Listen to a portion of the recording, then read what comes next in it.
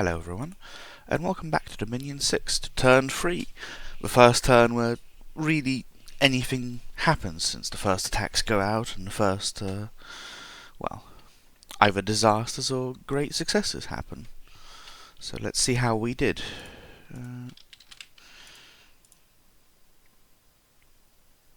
Some more proclamations. Join.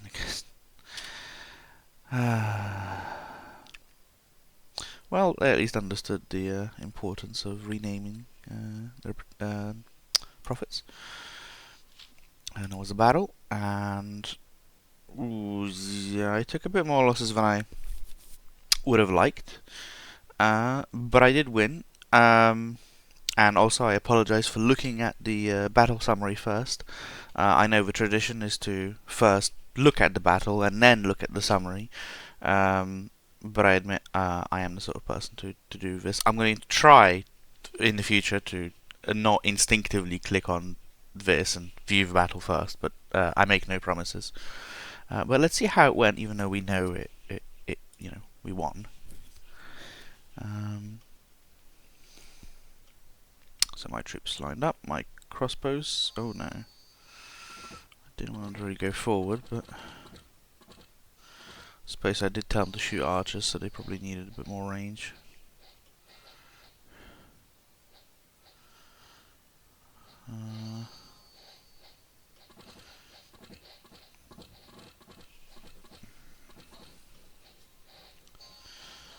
Pikes fight, but they don't engage all of the enemy units, so they manage to sneak around a bit around the side to gain the crossbowmen, who are already taking a lot of fire from the archers, because crossbows are great, but they only fire half as much as archers, so whenever there is an actual archer versus crossbowman duel, it's not great.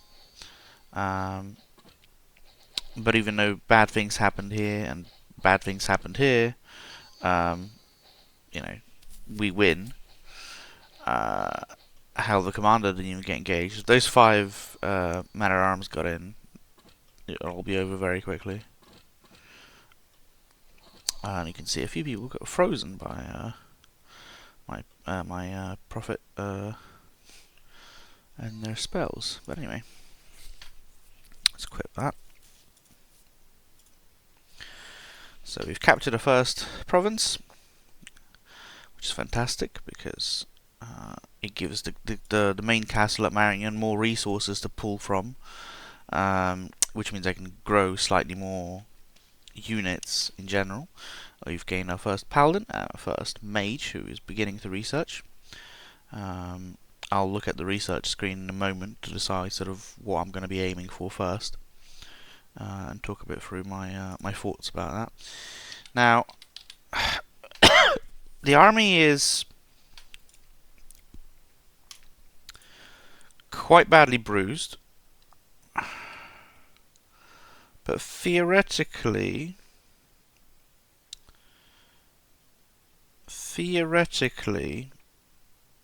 the guys over here shouldn't be an impossibility for them to take on. I might be wrong, and I might, just lose out my profit, but I will in fact risk it, because I feel like even if the pikes break, well, no, it should be good. And if I'm wrong, well, that's on me. I'll move him a bit closer so that men-at-arms might actually poke things if needed.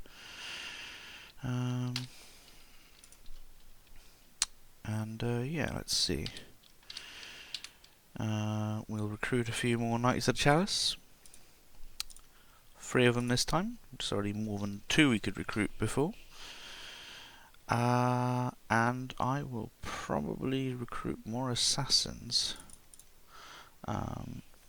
because they'll be useful both for sort of early expansion and later on if I'm in a war. They're very handy for annoying enemy commanders to death. But my 3 assassins have now entered this province, and they're going to start doing their jobs. And hopefully, in a turn or 2, I'll have killed all the indie commanders who do not respawn. So anything you kill in a neutral province like this does not respawn. So like if you push an army into it, you kill some guys, but you get pushed back, you still benefit because that army is now permanently weakened. So the next time you go in, you might actually just succeed outright. Let's see if there's any interest. Ooh. Some cavalry.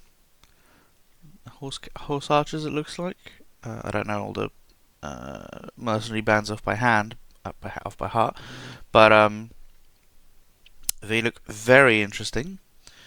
Can I spend money on anything else? I'm buying the cavalry. I'll buy a few more crossbows. One more crossbow.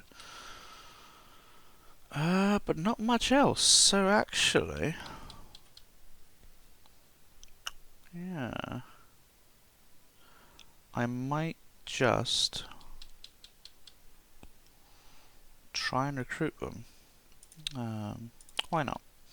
Spend a fair bit of money on it. Probably shouldn't spend that much, but that's on me to blame my that's for my future self to blame my past self for wasting all my money early on. But you know, it is what it is. And yeah, army's going to keep building up. Next turn, probably the turn after that, I'll send the paladin out with some cavalry to start taking other provinces, but not quite just yet. But anyway, research. So at the end of the day, in this game, the armies are great. They're very important, obviously, but the magic is where you win or lose. You need certain spells to just completely change the tides of battle. You need certain abilities, certain just bits and bobs that you just can't get from just throwing armored soldiers at the enemy.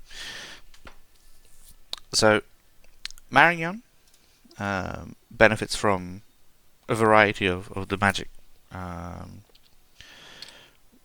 schools to research from. You've got very useful things in conjuration, for example, phoenix power, fire elementals and what have you. Contact the angels of the host to get you some very nice flying thugs and what have you. Alteration. You get a whole bunch of useful like resistance spells, but also things like body ethereal, which straight up makes most mundane weapons unable to hit people that have the spell on. To other sort of useful spells for sort of altering your army to be more resistant to enemy shenanigans. Evocation is when you need a fireball. Fireball is a very useful spell, and Marignon can throw out a lot of them.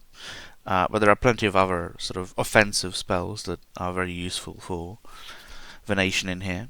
And as you can see, because we took magic scales, we actually start with some levels in random things. Construction.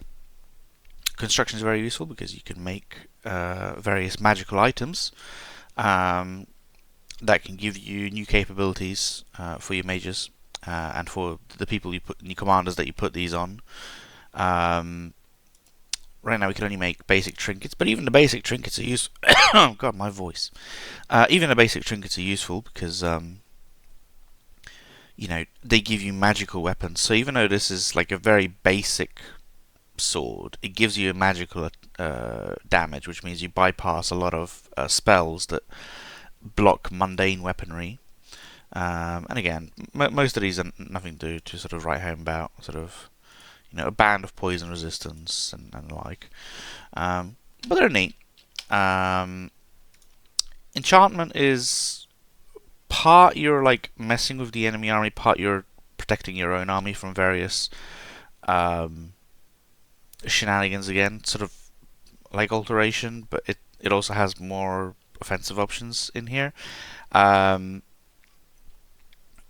and it is definitely one of the more useful things for Marignon, who has very good crossbow troops, because you have ignite arrows here, which gives you makes your crossbowmen fire flaming arrows.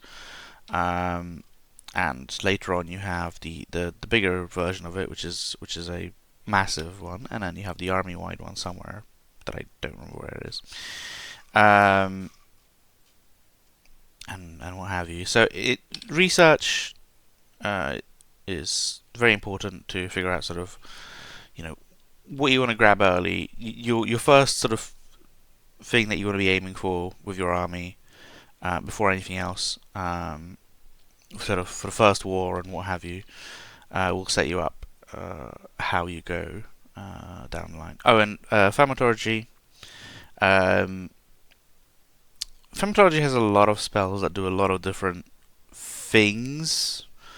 Um, it's kind of hard to describe exactly what thaumaturgy does. Anything from like spells to destroy the undead to one of the most important spells for Marignon, which is Communion Master and Communion Slave, which has your units get sort of plugged into one another to share fatigue when casting. But it can result in deaths of mages if you have too many masters and not enough slaves for acting as a battery. Yeah. So first research. Honestly, the temptation for me is to go Enchantment 2 first, because fire arrows are useful, and you can have one mage early on in the clump of guys, and then beyond that, thaumaturgy, just one, just to get communion mastery, and then after that, evocation 3 for fireball, and then alteration 3 for things. I'll probably change this around because I had a more thought out plan about it, but now that I'm sort of recording this, I'm like, I don't remember what I wanted to do. Generally, you want to get things to level 3 anyway, because a lot of useful things open up in each category. But I'm probably going to rejig this around after the video ends, when I've had a bit more thought about it. But yeah, that's the turn. Hope everyone enjoyed. Sorry for rambling so much, and sorry for my voice sounding a bit weird today. My throat's a bit messed up right now. Yeah, and have a good one.